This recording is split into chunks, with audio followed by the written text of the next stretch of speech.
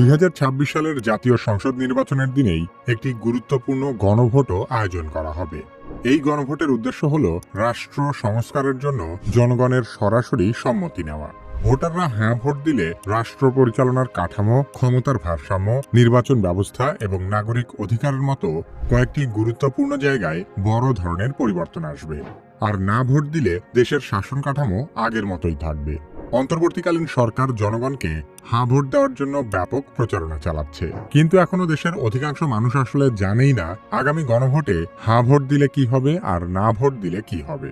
গণভোটের একটি বড় অংশই হল নির্বাচন পরিচালনা এবং রাষ্ট্রীয় সাংবিধানিক প্রতিষ্ঠান সংস্কারের পক্ষে। সে কারণে গণভোটের ব্যালটে হ্যাঁ ভোট দিলে যেসব বিষয়ে পরিবর্তন আসবে সেগুলোর মধ্যে অন্যতম হল তত্ত্বাবধায়ক সরকার, নির্বাচন কমিশন এবং সরকারি কর্ম কমিশন গঠনে সরকারি দল ও বিরোধী দল একসাথে কাজ করবে। সরকারি দল নিজেদের ইচ্ছেমতো সংবিধান সংশোধন করতে পারবে না। সেই সাথে সংবিধানের গুরুত্বপূর্ণ পরিবর্তনের ক্ষেত্রে গণভোটের বিধান চালু হবে। আওয়ামী লীগ যেমন সংসদে সংখ্যাগরিষ্ঠতার সুযোগ নিয়ে তত্ত্বাবধায়ক সরকার ব্যবস্থা বাতিল সহ বেশ কিছু জনগুরুত্বপূর্ণ বিষয়ে আইন পাশ করে নিয়েছিল, গণভোটে হ্যাঁ ভোট দিলে আর কোনো সরকার নিজেদের সুবিধামতো আইন বানাতে পারবে না। অন্ততপক্ষে আইন বানানোর আগে জনগণের কাছ থেকে মতামত নিতে হবে। সংসদের ডেপুটি স্পিকার হতে হবে বিরোধী দল থেকে।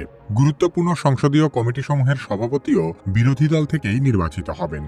সবচেয়ে গুরুত্বপূর্ণ বিষয় হলো একটি দল যত মেয়াদেই ক্ষমতায় যাক না কেন, কোনো দলের কোনো ব্যক্তি সর্বোচ্চ 10 বছরের বেশি প্রধানমন্ত্রী থাকতে পারবেন না। সেই সাথে ক্ষমতার ভারসাম্য প্রতিষ্ঠার জন্য পার্লামেন্টে একটি উচ্চকক্ষ গঠিত হবে। তার মানে একটি বিল আইনে পরিণত হতে হলে শুধু নিম্নকক্ষেই নয়, বরং উচ্চকক্ষেও তা একইভাবে পাশ হতে হবে। গণভোটে হ্যাঁ ভোট দিলে দেশের বিচার ব্যবস্থা সহ নাগরিকদের বেশ কিছু মৌলিক সুবিধা প্রাপ্তি সহজ হবে।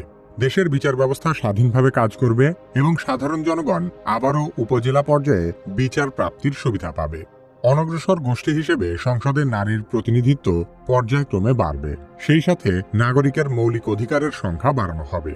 উদাহরণ হিসেবে ইন্টারনেট সেবাকে একটি মৌলিক অধিকার হিসেবে স্বীকৃতি দেওয়া হবে, যাতে ভবিষ্যতে কোনো স্বৈরাচার সরকার ইন্টারনেট সেবা কখনো বন্ধ করতে না পারে।